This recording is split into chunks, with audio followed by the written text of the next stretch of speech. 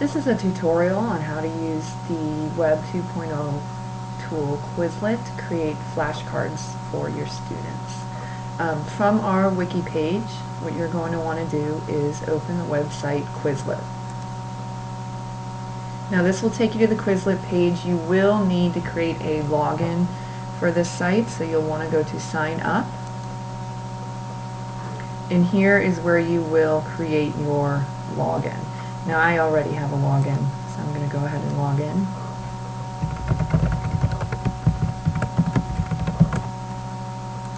And once you have created a login, it's going to take you to your dashboard for this site, and you'll see that I already have an example of flashcards that I've done, and it's saved for me here because I've created a login. Now to create a new set of flashcards, you're going to go to the top and go to Create.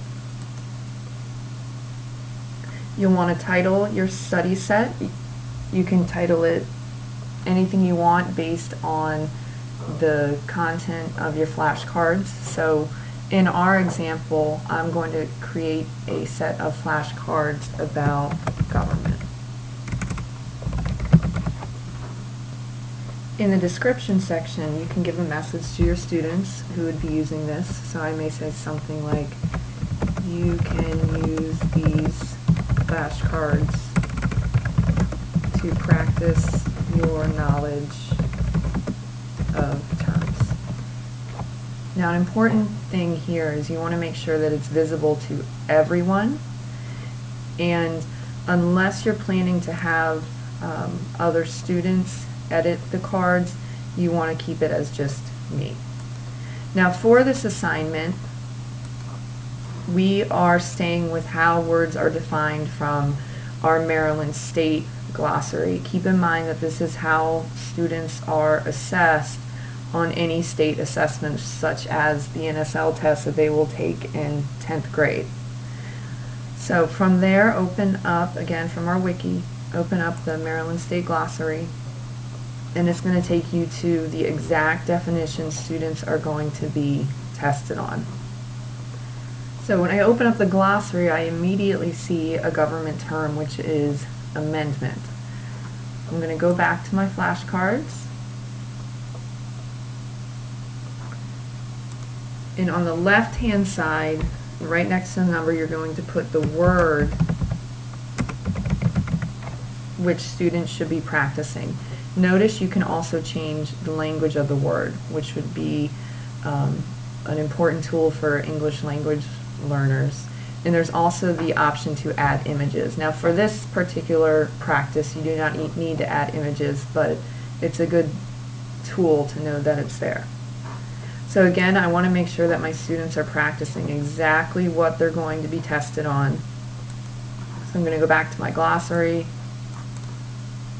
I'm going to copy and paste that definition into my flashcards on the right hand side. So that's one flashcard that will be created.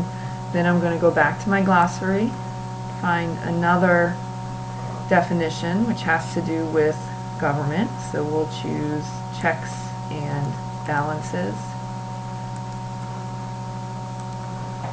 Again, the word on the left hand side, and then the definition on the right hand side.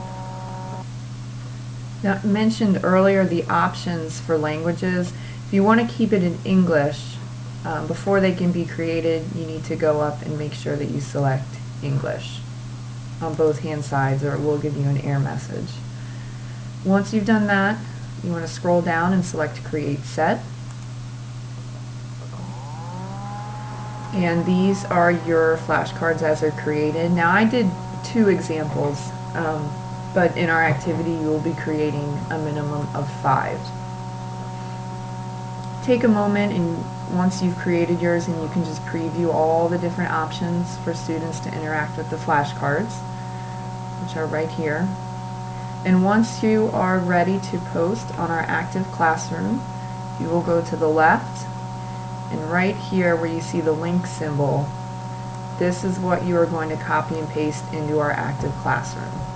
So I'm going to copy this, go back to our wiki, and select the active classroom page, edit, and this is where I would create the link